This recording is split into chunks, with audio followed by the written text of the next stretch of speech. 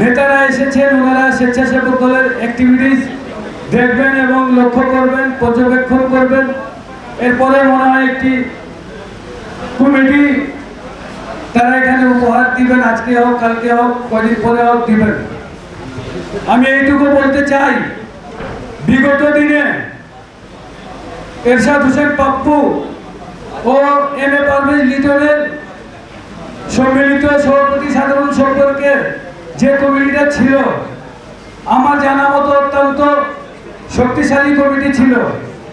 আগামী দিনে যে কমিটি দেওয়া হবে সেটাও যেন শক্তিশালী কমিটি হোক এবং রাজপথে যেন সবসময় ভূমিকা থাকে।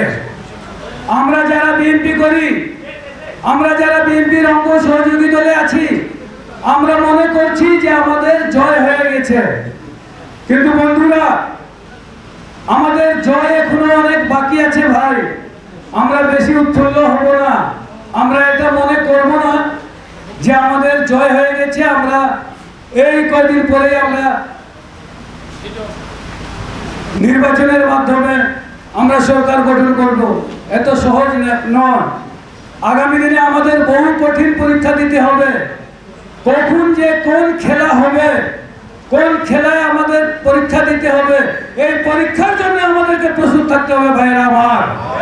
যেহেতু বিগত দিনে গুম খুন অত্যাচার নির্যাতন হয়েছে, আমাদের উপরে যে অত্যাচার নির্যাতন গিয়েছে এটা প্রতিটি বক্তা বলেছেন। এবং বাংলাদেশে যারাই জাতীয়তাবাদী দলের সাথে জড়িত আছেন, কেউ যদি জেলও খাটেন নাই, যার নামে মামলা হয়নি, সেও কিন্তু 6 মাস পালাই ছিল বাড়ি থেকে। আমরা সবাই নির্যাতিত এখানে। আমরা কয়েকজন জেলে গেছি, আমাদের কয়েকজনের নামে মামলা বেশি আছে। আমরা শুধু আমাদের এই কথা বলতেছি, কিন্তু আমাদের সাথে যারা জড়িত আছেন, আপনারা অনেকের নামে মামলা হয় নাই, তারাও কিন্তু মাস বাড়িতে থাকতে পারেন নাই। তারাও কিন্তু মাস তাদের সহযোগিতায় কিন্তু আমরা আন্দোলন সংগ্রাম করেছি বিগত দিনে। আগামী দিনে তাদের সহযোগিতায় যেন সুষ্ঠু নির্বাচন এই দেশে হয়, আমাদের তারেক রহমানকে বাংলাদেশে প্রধানমন্ত্রী করে ফিরিয়ে আনতে হবে। আমার এই লক্ষ্যে আমাদেরকে আগাইতে হবে। কে সভাপতি হলো, কে সাধারণ সম্পাদক হলো, এই দ্বন্দ্বতে আমরা আল্লাহর ওয়াস্তে দলকে ডিভাইডেড করব না। যারা দলকে ডিভাইডেড করে তারা দলের প্রকৃত বন্ধু নয়। আমার কথা হলো, যারা দলকে ভালোবাসেন, আমার আপনার সাথে দ্বন্দ্ব থাকতে পারে ব্যক্তিগত, দলের বেলায় রাজপথে কোনো দ্বন্দ্ব থাকবে না, আমি এটাই চাই। আগামী দিনে যে পরীক্ষা আসছে আমাদের, সেই পরীক্ষায় পাস করার জন্য প্রতিটি বিএনপির অঙ্গ দলকে, সহযোগী সংগঠনকে প্রস্তুত থাকতে হবে ভাইয়েরা আমার।